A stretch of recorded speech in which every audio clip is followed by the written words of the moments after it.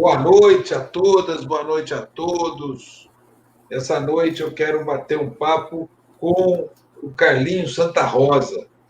Carlinhos, que foi vereador de Casabranca, ele é agente penitenciário há 15 anos, é graduado em Direito, pós-graduado em Gestão Pública e Direito Público. Boa noite, Carlinhos. Foi vereador nosso de 2012 a 2016. Boa noite, Carlinhos. É isso mesmo. Boa noite, Paulo.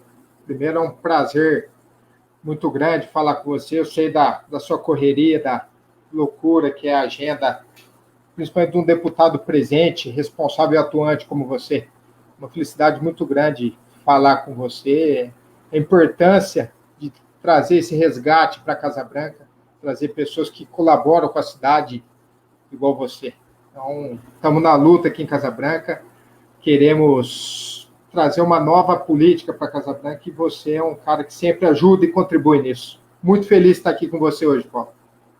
Muito obrigado, Carlinhos. Carlinhos, como é que você está vendo essa crise nacional, essa pandemia? Como é que você viu como ela foi tocada, como ela foi tratada pelo governo federal, estadual e municipal? Paulo, na verdade, a gente viu quanto faz diferença e faz falta a gente ter bons gestores e bons governantes nessa hora, tanto a nível nacional quanto a nível estadual. A gente viu que o quanto a população foi abandonada de forma geral, a bel prazer. Eu digo até, Paulo, que eu acho isso que é uma política de Estado que eles criaram nesse abandono. A gente viu o quanto foi difícil vocês lá no Congresso emplacar a questão dos R$600, porque o governo queria menos. E mais do que isso, a gente vê aqui no estado de São Paulo também uma política desastrosa do governador do João Dória, que não tem respeitado em nada, principalmente o funcionalismo público, que você também sabe, defende todo o funcionalismo com as reformas maldosas que estão vindo por aí. Mas a gente vê a diferença que faz. Tempos atrás, Paulo, quando a gente viu uma crise que assolou a economia mundial, a gente viu como a presença de um líder fez diferença, como a gente enfrentou de uma outra maneira. E é o que deixa a gente triste nesse momento. Carlinhos, como é que você acha que o presidente deveria ter enfrentado essa crise? Paulo, primeiro que ele não deveria, de forma nenhuma, ter minimizado e ridicularizado essa doença, essa pandemia. Mesmo porque se ele ou alguém não tem medo, enfim, que respeite a dor dos que perderam parentes, a dor dos que estão sofrendo com isso. Eu falo que a pandemia, ela vitimou mais de 100 mil pessoas, a gente vê no jornal, né? Só que não só isso, a pandemia, ela vitimou a autoestima da população, ela vitimou, sabe, a luta da população. O presidente devia, lá atrás, ter encarado com mais seriedade. Lá atrás, deveria ter fechado, principalmente as fronteiras. Eu me recordo, no começo, Paulo, ele fechou a fronteira com a Venezuela, sabe? Fez para fazer uma picuinha política. Ele não é uma criança de 14 anos, ele é o presidente da República. Ele devia agir como tal. O cargo exige isso dele. Se ele acha que é a saúde dele, que ele é o super-homem, sabe? Cada um faz o que quer da sua saúde, mas como gestor público ele tem obrigação com toda a sociedade brasileira. Porque ele, quando fica doente, ele tem um leito do hospital, ele tem um remédio, ele tem dinheiro para comprar. Só que muitas pessoas não têm. É isso que o homem público tem que pensar, né? Ô Carlinhos, fala um pouco como você está vendo a questão do auxílio emergencial, porque ele propôs R$200. Só que agora ele está querendo surfar. Ele quis não prorrogar. Depois, quando foi prorrogar, ele queria prorrogar por 500, 400, 300. Nós falamos, não, 600. Então, conta para mim um pouco como você viu essa questão do auxílio emergencial. Exatamente, Paulo. O primeiro, com o auxílio emergencial, eu falo que a gente não tem que entender ela como um socorro só para as famílias. Ela é um socorro para o Brasil. Porque sem o auxílio emergencial, a economia trava de vez. Ao contrário do que ele prega, que a economia quebra se mantiver o auxílio, a economia quebra se tirar o auxílio. Porque você bem sabe disso, que quem faz a roda da economia girar é a classe trabalhadora, que é quem consome bens e quem consome serviços, quem não usa dinheiro para especular. Por isso, a gente precisa, de forma geral, proteger o orçamento dos trabalhadores. A gente precisa garantir que nossos companheiros, nossos amigos, que prestam serviço no dia a dia, tenham uma proteção do Estado. Mesmo porque, Paulo, eu sou fã do seu trabalho por isso, você sabe que quando é para conceder isenção para grandes empresas, o governo não faz questão nenhuma de abrir o cofre. E agora, quando é para ajudar a classe trabalhadora com R$600, foi uma luta de vocês, da oposição, que eu vi a briga de vocês, eu sei o quanto foi custoso, aí o governo vem com essa conversa de que não tem dinheiro. Isso é ridículo. Quem leva a política a sério sabe que isso é ridículo. Carlinhos, ele hoje saiu uma pesquisa hoje na Folha dizendo que metade da população acha que ele é responsável por essas 106 mil mortes. A outra metade acha que não. O que você acha? Ô Paulo, eu acho que a parcela de culpa dele é muito grande. Eu não sou daqueles que fica mensurando, esse tem mais ou esse tem menos. Eu acho que a responsabilidade dele como gestor é muito grande, principalmente com tudo isso que aconteceu com a sociedade brasileira. Na última vez que eu fiz na última conversa que eu tive com o Fernando, seu irmão, nosso companheiro deputado, eu falei para ele, cada vez que morre uma pessoa na fila do hospital, o político tem culpa. Cada vez que uma pessoa perde um ente querido por uma omissão de qualquer setor da atividade política, o político tem culpa. Então, cada vez que morre um brasileiro porque o governo minimizou a doença, o governo federal tem culpa sim. Ele tem obrigação moral de vir a público e confessar isso para os brasileiros. E falar, eu errei, porque não é feio errar. O feio é brincar com a morte das pessoas. Deveria vir a público e falar, gente, eu errei, a partir de agora conta comigo, eu estou de acordo com a oposição, vamos incrementar o auxílio emergencial como política permanente do governo, que é uma luta desde longa data da oposição, do Eduardo Suplicy com a renda básica. Mas não, ele opta por um caminho diferente. Eu falo aqui em casa, Paulo, eu fico até constrangido o que vão pensar da gente o restante do mundo, porque ele se porta como um garoto de 14 anos que quer fazer uma birra para a mãe dele e fica falando essas bobeiras. Não é hora dele brincar, agora é hora da gente, sabe, dar as mãos. Eu tenho visto o esforço do Congresso nisso, Paulo, e isso eu acho que a sociedade tem que saber reconhecer. Dar as mãos e para a gente combater o coronavírus. A hora que acabar o coronavírus, a gente senta e discute política, porque agora é hora da gente enfrentar a pandemia. Carlinhos, você achou correto ele vetar o uso de máscara em igrejas e estabelecimentos penitenciários? Paulo, isso mostra mais uma vez o quanto ele brinca com a vida das pessoas, né? Ele tem uma concepção pessoal dele contrária às máscaras. Não sei o porquê, também para mim não faz diferença. Mas é ridículo um presidente aplicar um veto desse. Numa sociedade onde a gente tenta cada vez mais conscientizar as pessoas da importância da máscara, da importância de proteger as pessoas, sabe? Na penitenciária, igual você falou, eu tenho imenso orgulho de trabalhar na penitenciária faz 15 anos. A minha família toda tira o sustento e sempre tirou minha mãe, meu pai, a minha irmã da penitenciária de Casa Branca. E a gente sabe o quanto é importante a gente, sabe, lutar por uma vida digna, lutar por ter condições dignas no serviço. Eu até recorrer ao Fernando, recorrer ao seu gabinete também, para a gente conseguir testar o funcionalismo que está na linha de frente. E aí o presidente vem numa linha totalmente contrária e veta o uso de máscaras.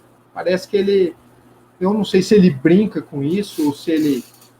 Eu acho que o caos, Paulo, no caso dele, o caos, ele vive do caos. Ele precisa gerar o caos para ter telespectador para ele. É isso que... Mas eu não consigo entender as ações dele.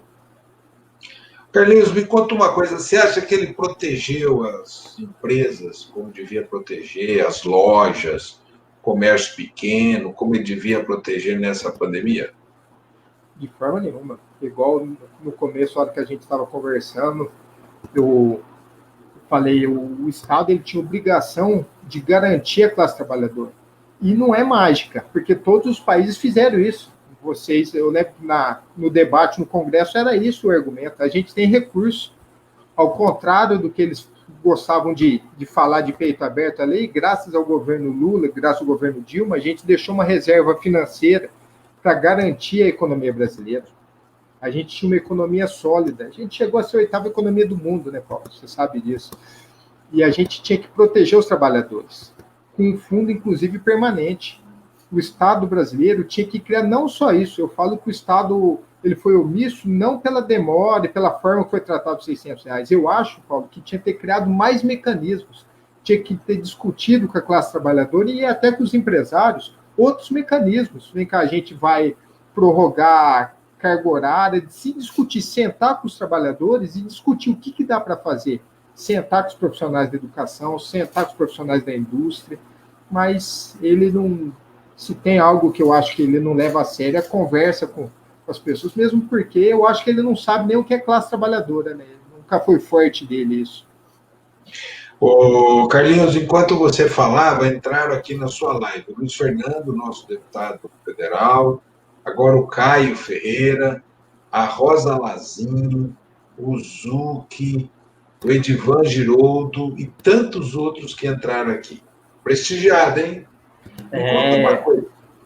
É um orgulho, Paulo. Eu falo nas lives que eu tenho.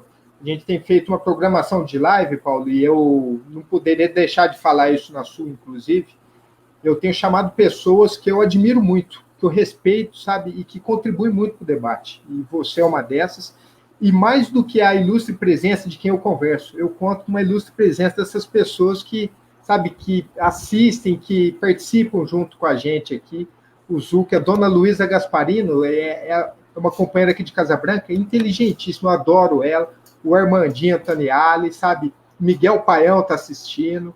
É um pessoal, o Caio, a Dani, tem um pessoal, sabe, excepcional. Eu sou muito grato, acima de tudo, por quem conversa comigo, mas pelas pessoas que caminham junto com a gente, Paulo. Carlinhos, me conta uma coisa. Está fechando muita loja em Casa Branca e adoeceu muita gente em Casa Branca. Como é que está essa realidade e as pessoas estão se protegendo, usando máscara? Como é que está em Casa Branca essa realidade? Ô, Paulo, de certa forma, a gente tem algumas diferenças com a gestão aqui, mas, de certa forma, eu acredito que, a nível municipal, tem se tomado medidas, sabe? Tem se tentado conscientizar as pessoas com trabalho de publicidade, só que, infelizmente, não tem como a gente se isolar do mundo, se isolar de um país que abandonou os seus trabalhadores e realmente fechou muitas lojas aqui. Muitos comerciantes de longa data tiveram que fechar seus estabelecimentos, gerando mais desemprego, gerando perda de receita. E, mais do que tudo, a gente teve perda de pessoas que a gente conhece na sociedade, Paulo. Isso a gente não consegue recuperar nunca mais, sabe? Essas pessoas que deixaram as famílias aqui, a gente fica muito triste. Quando a gente vê o choro de um filho porque perdeu uma mãe com Covid, Paulo, eu conheço uma moça aqui que trabalha no centro de reabilitação do Cocais e ela perdeu sua mãe. Eu falo aqui em casa, puxa, como que a gente dorme tranquilo, sabendo que amanhã é a gente? Não é número, é isso que o presidente tem que entender. Isso não são 100 mil números, são 100 mil vidas, são 100 mil famílias, poxa, que perdeu. E a gente tem tentado, sabe, Paulo, se conscientizar aqui em casa, no serviço. Eu brinco que agora eu me desincompatibilizei a partir de hoje na penitenciária por causa da pré-candidatura, né? Mas até então era 12 horas trabalhando de máscara. E depois da pandemia até vou ter que usar a máscara ao contrário para a orelha voltar ao normal, porque por enquanto... Mas é o que a gente tem que fazer. A gente não tem outro remédio, por enquanto, senão seu isolamento social e proteger as pessoas que a gente gosta. Carlinhos, os detentos estão usando máscara? Ô, Paulo, foi fornecido sim. Aqui a unidade forneceu máscara para os presos, principalmente quando eles forem ter contato com os funcionários. E, de forma geral, não tem resistência da parte deles. Eu preciso também ser sincero e admitir isso, que eles têm tido uma, entre aspas, uma consciência quanto a isso. Principalmente a questão do corpo funcional tem se cuidado muito. Eu falo para todo mundo onde eu converso, e não é por, sabe, não é corporativismo não, mas a classe do agente penitenciário tem tomado muito cuidado, porque a gente tem perdido muitos colegas. E você bem sabe, Paulo, que os lugares que o Estado de São Paulo escolheu para colocar penitenciárias são lugares que são desprovidos de centros hospitalares de referência. A gente não tem uma estrutura formada para poder proteger os servidores e os presos, se for o caso. Então, mas de certa forma, na penitenciária, eu sempre falava aqui em casa que era o lugar mais protegido da cidade quanto ao Covid. Mas aos poucos a tendência é os casos irem chegando, né? Carlinhos, e como é que se comportou o governador nesse processo do Covid?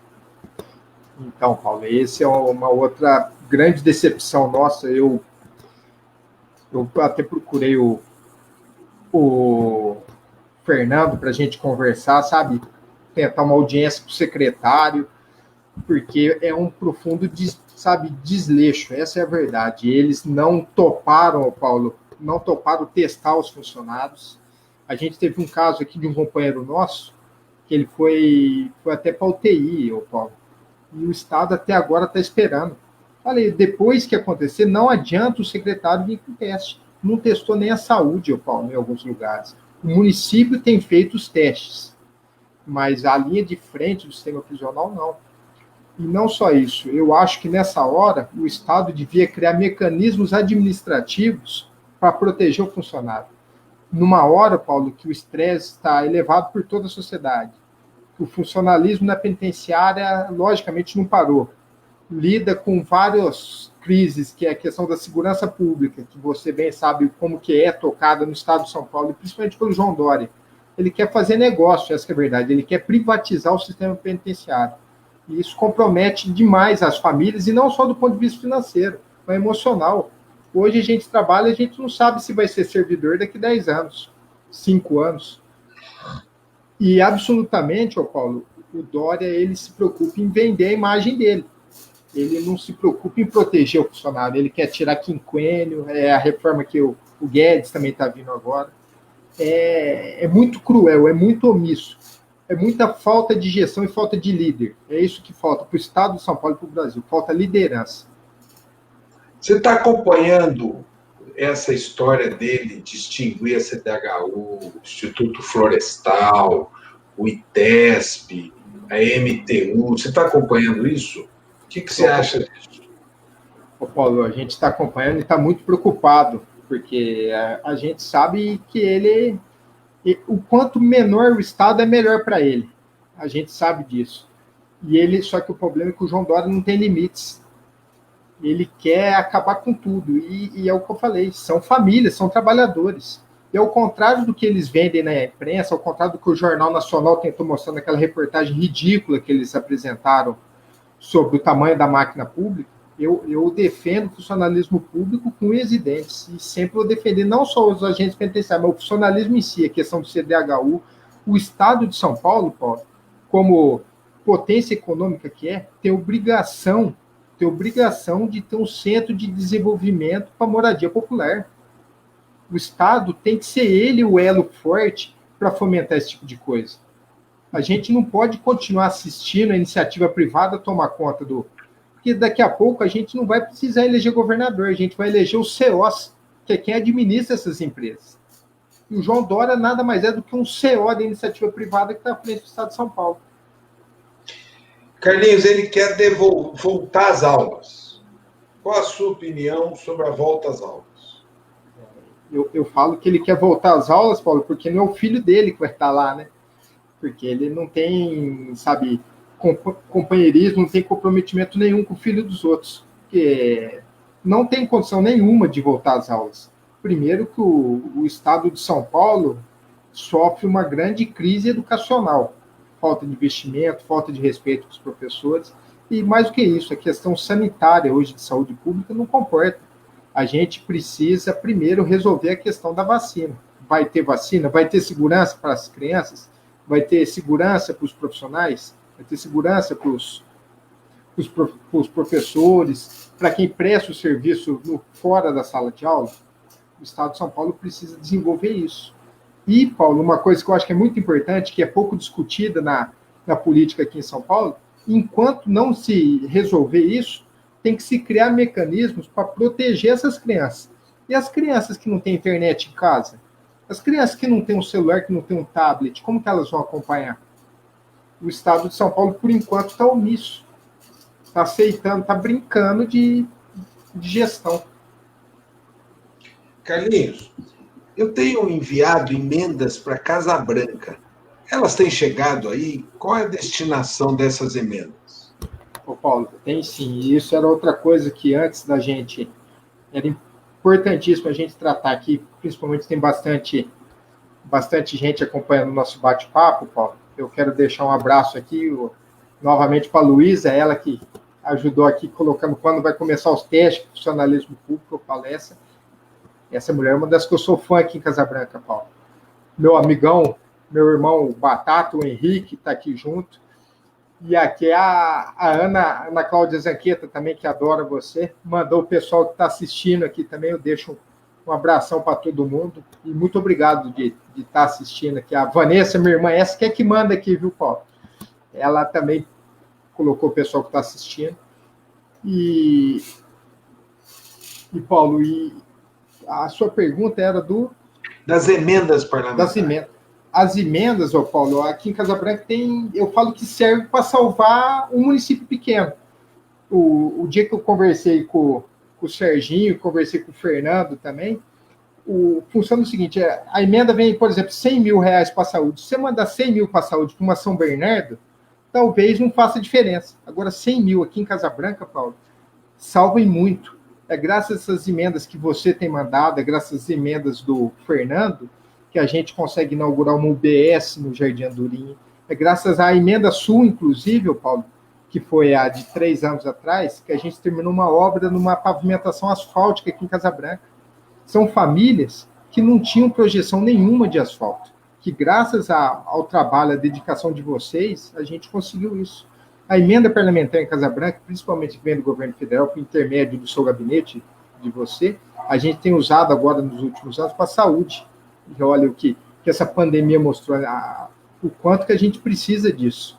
Sem as emendas, sem a ajuda dos deputados parceiros como você, a situação de Casa Branca seria muito pior do que ainda é hoje. E eu sou muito grato, viu? Mesmo sem mandato, você continua mandando emenda para Casa Branca todo ano. Eu falo para todo mundo aqui, o seu trabalho por Casa Branca é fantástico, fantástico. Obrigado, Carlinhos.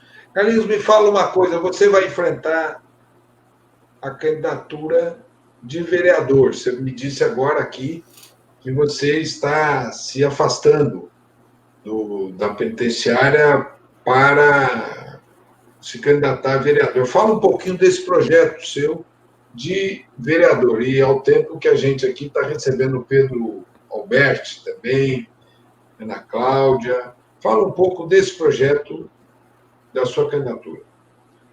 Ô Paulo, é assim, primeiro que eu infelizmente, eu não sei se é infelizmente ou se é felizmente, eu amo a política. Eu desde molequinho, não sei se você lembra. Felizmente. Felizmente.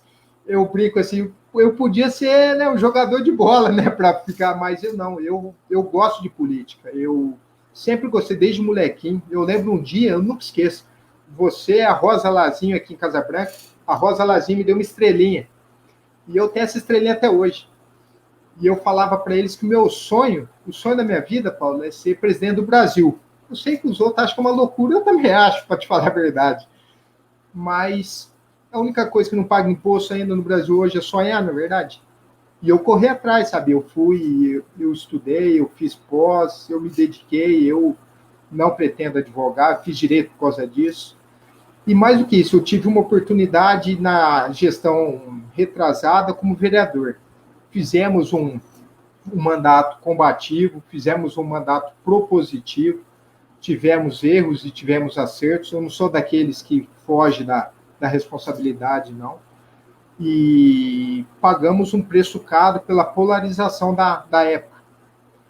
E agora, nessa, conversamos com o pessoal aqui em casa. Eu perguntei para minha irmã, Paulo, falei assim, Vanessa, você acha que eu devo disputar de novo? Ela falou assim, olha o brilho no seu olho, que jeito você não disputa? Então, eu gosto disso. Como você falou, felizmente eu amo a política, eu não me vejo fora e eu vou fazer de tudo que eu puder para contribuir com isso. Eu sou um cara que espera um dia ser lembrado por coisas boas, assim como você é, assim como o Fernando é. E por isso eu me espelho em pessoas, sabe, que têm uma história de vida igual vocês e que deixam um legado. E o legado talvez seja esse.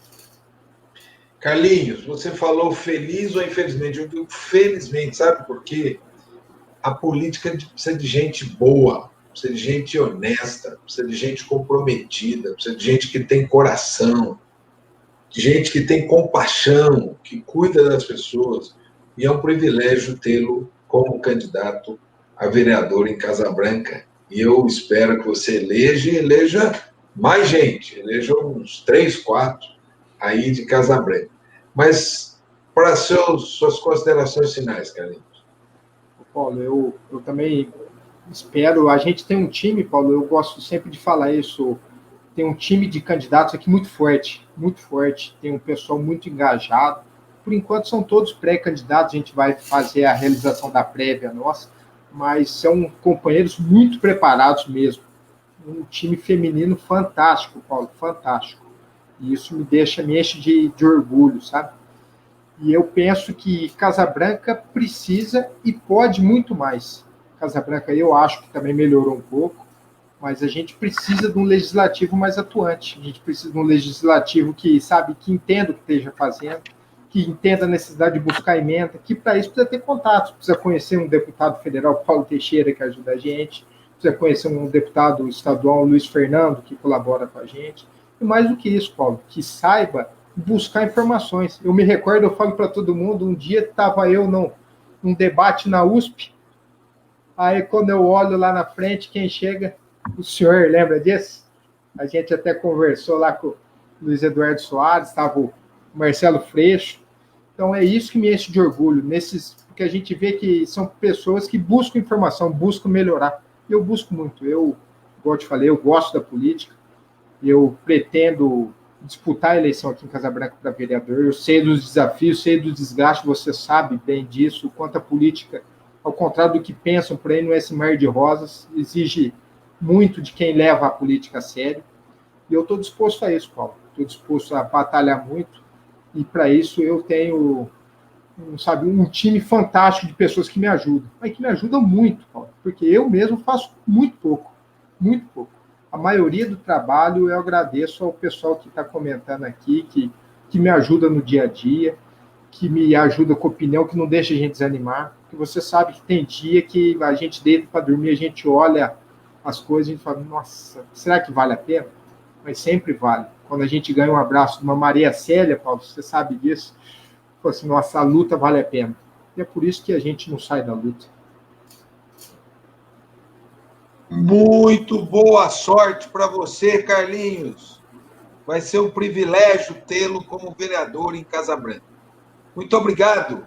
Um abraço a todos os casabranquenses e o povo da região da Mogiana, o Luiz Fernando que está aqui, todas e todos. Passo para você, Carlinhos, para você encerrar essa nossa transmissão.